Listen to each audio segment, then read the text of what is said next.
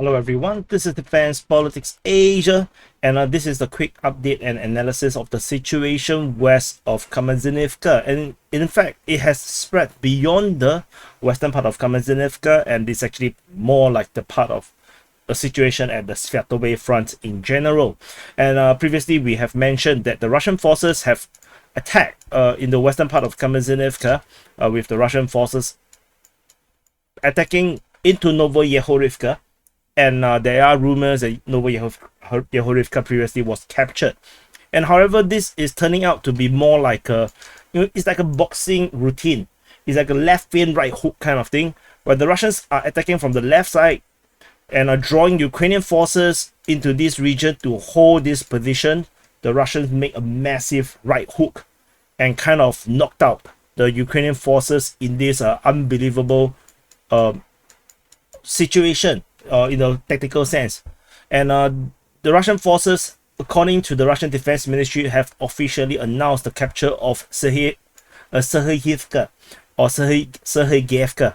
And with the Ukrainian source, DeepStateUA, again being the prime, the breaking news provider of the situation over at this front, they have already considered that the Russians have captured Nadiya as well as Novojehorivka. The town that was the part of the left feint. So we have already mentioned about the risk of the Russian this right hook that's coming from the Serhiivka region, and we also mentioned about the attack against Nadiya, which was reported previously by the Ukrainian Defense Ministry. But it looks like the Ukrainian forces was really unprepared for this this right hook. Ukrainian forces have withdrawn away from this region, and in fact, according to the pro-Ukrainian source DeepStateUA, they actually show the front line as such, which means the Russian forces have basically routed the entire Ukrainian forces in this part of the region.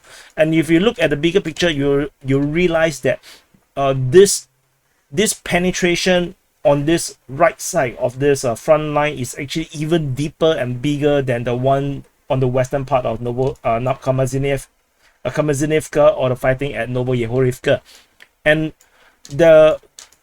currently, according to the latest information we do have, is that the fighting is now at this town called Tverdokhlibove, and Russian forces is currently attacking it, with latest rumors suggesting that the Ukrainian forces have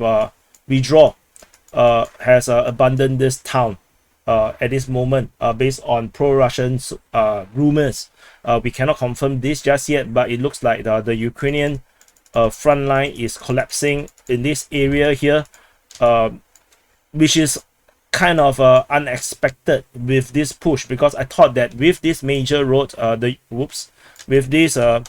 with this road over here, the Ukrainian forces will be able to reinforce this Russian push over here much easier than the one at Novojehorivka, and I believe that the Russians would have pushed much further than this right flank would be able to do.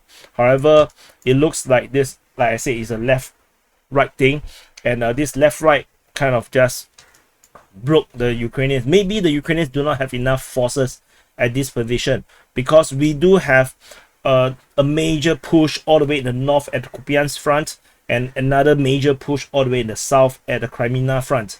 And this area here is extremely underreported, and is also largely not being there's no attention in this region here, which is also possibly why the defenses here are weaker.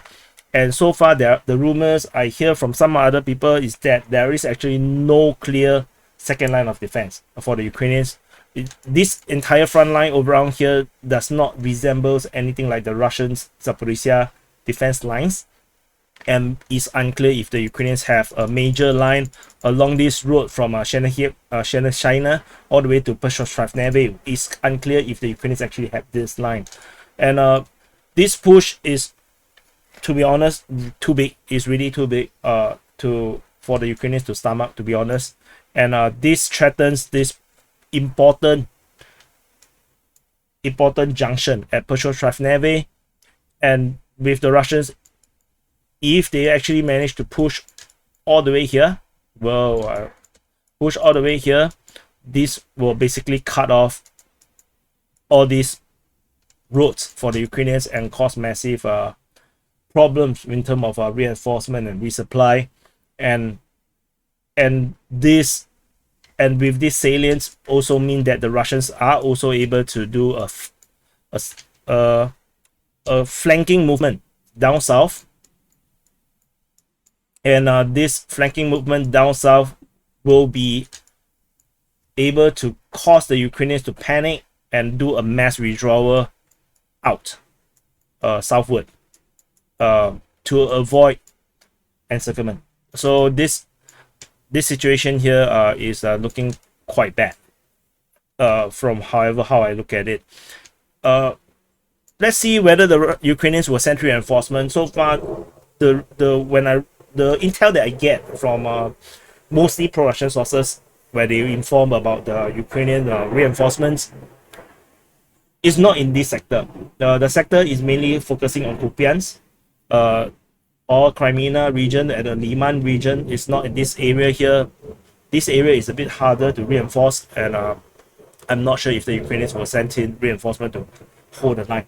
Anyway, this is a quick update over at this front. We are looking at a Russian push for Pershotravneve, I believe.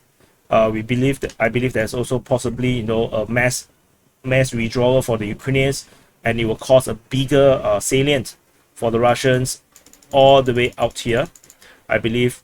Then the Russians will put pressure and capture this entire major road, maybe capture Proletarske, and Russian forces will have a major roads that they can use all the way from this way, all the way in the northern side, Pershotravneve, linked all the way down south to Proletarske, and this will give the Russians a very good stepping stone to push further towards Borova, and along the way capturing Serhiivka.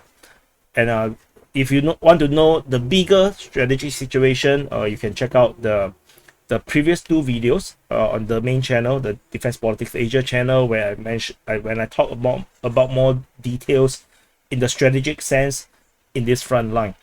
Anyway, thank you for watching. Do subscribe if you want to see more of these reports, and I'll see you.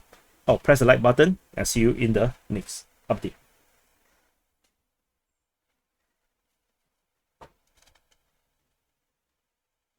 Like button. Press the like button.